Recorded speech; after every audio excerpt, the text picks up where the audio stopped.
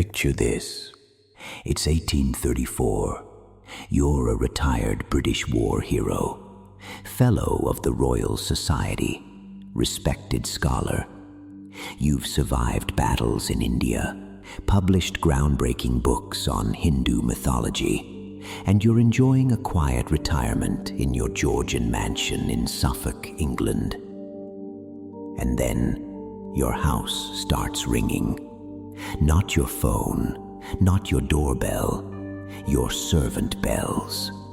All of them, at the same time, for 54 days straight. Welcome to the ringing bells of Little Bealings, one of the most documented, most debated, and most utterly bizarre poltergeist cases in British history.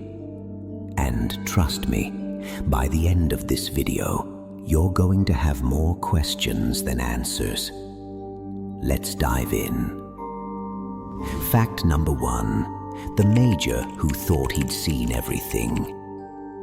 Okay, so who was this guy? Major Edward Moor wasn't some random paranormal-obsessed Victorian. He was a legitimate badass.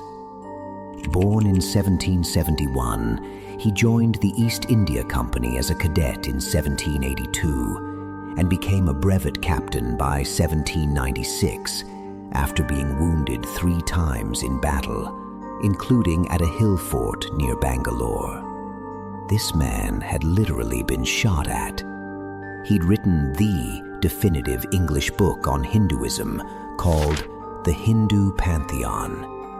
He was made a Fellow of the Royal Society in 1806, which is basically the Victorian equivalent of having a blue checkmark from Neil deGrasse Tyson. In 1806, he retired to Bealings' house in Great Bealings, Suffolk, where absolutely nothing had disturbed their peace and quiet for almost 30 years. And then, February 2nd, 1834 happened. Now, you might be thinking, okay, so some bells rang, big deal.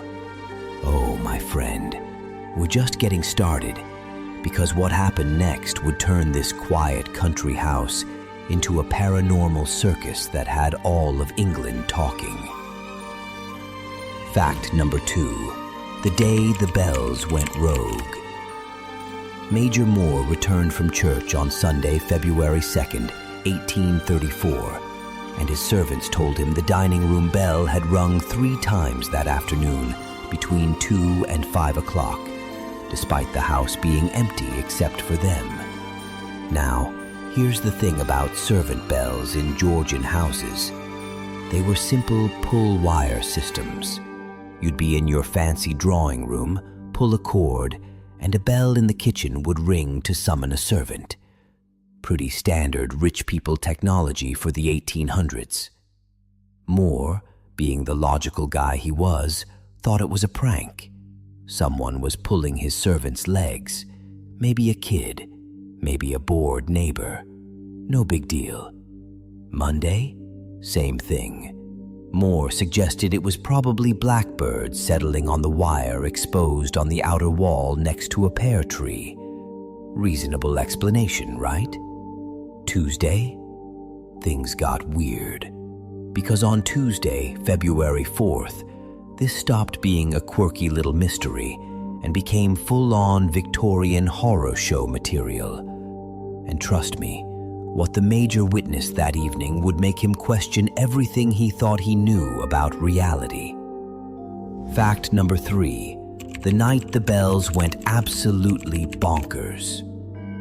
When Moore returned home around 5 p.m. on Tuesday, his servants told him that 5 of the 9 kitchen bells had been ringing violently all day long, ringing for several minutes, stopping for about 15 minutes, then starting again. And then, while he was standing there processing this information, it happened. The bells started ringing so violently that Major Moor and his son literally leaped backward. We're not talking a gentle ding ding. One bell rang so roughly and violently that it flew free from its hook and hit the ceiling, Let me repeat that. A bell flew off its hook and hit the ceiling. The bells rang every 10 to 15 minutes until 7:45 p.m. Then they stopped. An hour later, a small bell connected to the attic let out a single gentle ting. It's like the ghost was saying, "Oh, you thought I was done? Nah, just taking a break." Now at this point, you'd think the Major would call a priest, pack his bags, or at least stop inviting dinner guests over. But remember, this is a fellow of the Royal Society, a man of science. So instead of running away, he did something way more Victorian. He started taking notes. Fact number 4, the 54-day bell concert from hell. Here's where things get truly bonkers. The bells continued ringing in the same pattern for the next 54 days straight, from February 5th until March 27th, 1834. Not once, not twice, 54 days. 5 of 9 bells would ring all at once for several minutes, or sometimes only 3 of the other 4 would ring, with the little attic bell offering up a solitary ting for occasional variety. It was like a demonic symphony with the world's worst conductor. And here's the kicker. Day after day, Moore, his family, and servants watched crank pulls, tested wires, and listened to the jangle of bells in the kitchen, sounding 3 to 4 times an hour. They tried everything to recreate it. Garden tools, different angles, scientific instruments. Nothing worked. They couldn't make the bells ring the same way, no matter what they did. But here's the weird part. The loudest bell of all, the doorbell, never rang unless pulled by human hand. It's like whatever was doing this had rules. I'll ring your servant bells into oblivion, but I draw the line at answering the door. So Major Moore did what any self-respecting Victorian gentleman would do when faced with the inexplicable. He wrote to the newspaper, because if you can't solve a mystery, you might as well get help from 19th century Reddit. Fact number 5. When your haunting goes viral. 1834 edition. On February 25th, 1834, Moore wrote a letter to the Ipswich Journal asking readers for suggestions about the cause, hoping to use any correspondence as a springboard from which he could launch his investigative efforts. His letter was basically, "Hey, my bells are possessed. Anyone else? Please advise." And guess what? People responded. A member of the clergy wrote from his Norfolk rectory that he had heard similar noises in his home for nearly 9 years and had traced the haunted bells back 60 years. A Lieutenant Rivers had heard mysterious bells in his rooms at Greenwich Hospital. Others shared tales of spectral bells throughout England. Turns out, Victorian England had a whole thing with phantom bell ringing. Who knew? But here's where our story takes a turn from spooky mystery to, wait, was this all a setup? Because while Major Moore was convinced he'd documented genuine paranormal activity, skeptics had other ideas. And their theories, kind of genius, honestly. Theory number 1. The servants did it. Paranormal skeptic Trevor Henry Hall concluded that Major Moore was the butt of a practical joke by one of his servants, and that he could not be considered a reliable witness. Think about it. You're a servant in 1834. Your boss is a pompous retired military officer with a house full of weird idols. Maybe you're bored. maybe you're annoyed. Maybe you think it'd be hilarious to mess with the Major by pulling some bell wires when he's not looking. The first alternative theory is that the whole affair was an elaborate joke by the servants themselves, who delighted in exciting and scaring their masters with a few simple pulls of strings.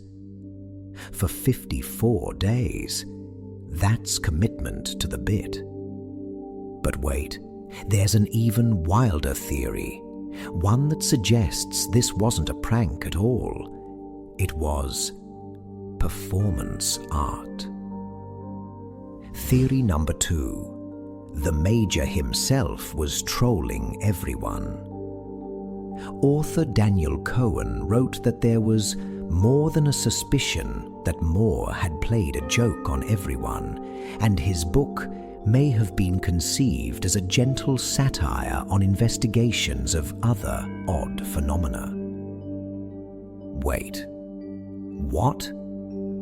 So you're telling me a fellow of the Royal Society, a respected scholar, spent 54 days meticulously documenting fake bell ringings, wrote to newspapers, invited investigators, and published a book about it, all as a joke?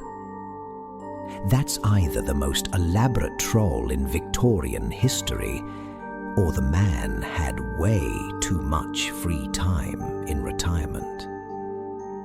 The alternative theory is that perhaps the whole tale was the concoction of Moor himself, who wanted to inject a little excitement and a smidge of infamy into his retirement. I mean, the man did write a book, and he wrote it specifically to raise funds for the building of a church at Woodbridge. So maybe it was all Victorian clickbait for charity. But hold on, before you write this off as either a prank or a hoax, there's one big problem with both theories. And it's a problem that keeps paranormal researchers up at night, even today. Fact number 6. The problem with the hoax theories. The ringing of bells in Moor's house was possibly a prank or the work of a spiteful servant, but these possibilities would be more plausible if the ringing had only lasted a short time. The span of 54 days is hard to explain. Because here's the thing, a phenomenon lasting that long with such predictability allowed for a thorough investigation that certainly would have unmasked its perpetrator. Major Moor wasn't alone. His son was there, his grandson, multiple servants, neighbors, newspaper reporters, friends, family, staff, and newspaper reporters sought to discover how the bells were ringing out and to replicate the sounds they were hearing.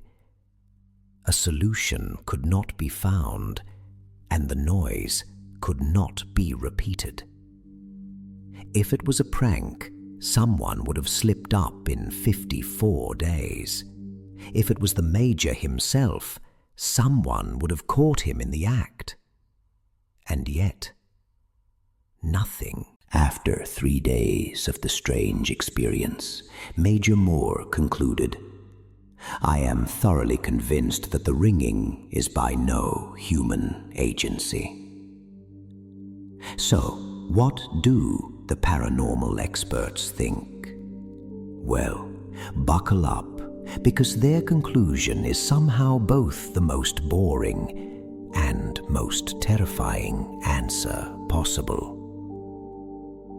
Fact number 7. The paranormal verdict. Classic poltergeist. Ronald Pearsall, a social historian and member of the Society for Psychical Research, has described the case of Bealings bells as a classic example of pure poltergeist. But wait, what does that actually mean? According to Pearsall, it means there were unexplained noises, that they were recorded enthusiastically and unobjectively, and that observation was slack, amateurish, and arbitrary. So, basically, yeah, weird stuff happened. The documentation is messy. We don't know what caused it. Classic poltergeist. Thanks for nothing, paranormal science. The Society for Psychical Research was clear on their view. The case of the Bealings bells was a cut-and-dry example of a poltergeist. But here's what makes this case so fascinating. Unlike most poltergeist cases that center around teenagers or emotionally troubled individuals, the Bealings case centered around a 63-year-old retired military officer living a perfectly mundane life. There's no dramatic backstory, no tragic death, no reason for haunting. Just bells ringing for no reason. And then, just as mysteriously as it began, it stopped. Which brings us to our final fact, and honestly, the most frustrating part of this entire story. Fact number 8. The end. Or was it? On March 27th, 1834, the bells rang their last. The ringing ceased as suddenly as it had begun. No explanation, no grand finale, no ghostly figure appearing to say, "Sorry about the noise, mate." Just silence. The bells that had tormented the household for 54 days simply stopped. Major Moor and his family had little choice but to conclude that the whole affair was the work of supernatural intervention. His book, although not a bestseller, collected his own experiences with those of others experiencing similar phenomena. And the house? Bealings' house is also said to be haunted by an old lady dressed in grey, who has been seen silently gliding in and out of a bathroom next to one of the bedrooms. The tale was told in 1950 and reported in the Sphere magazine the following year. Because, of course, there's also a grey lady. Every proper British haunted house needs one. So, what really happened at Bealings' house in 1834? Was it a poltergeist? A prank by bored servants? An elaborate Victorian troll by Major Moor himself? Underground water causing structural vibrations? Seismic activity? Blackbirds with very specific bell-ringing schedules? We'll probably never know. What we do know is that for 54 days in 1834, something inexplicable happened in a quiet English village. And whether it was paranormal, psychological, or just really committed theatre, it's remained one of the most documented and debated cases in poltergeist history. Major Edward Moor died in 1848, taking whatever really happened to his grave. But his book remains a fascinating snapshot of Victorian attitudes toward the supernatural, a time when even respected scientists were willing to consider that maybe, just maybe, there are more things in heaven and earth than are dreamt of in our philosophy. Or maybe the servants were just really good at pranks. If you enjoyed diving into this bizarre slice of Victorian paranormal history, smash that like button and subscribe for more strange stories from history's weirdest corners. Drop a comment and tell me, Do you think it was a poltergeist, a prank, or something else entirely? And if your house starts ringing for no reason, maybe don't wait 54 days to call someone about it. Thanks for watching, and I'll see you in the next one.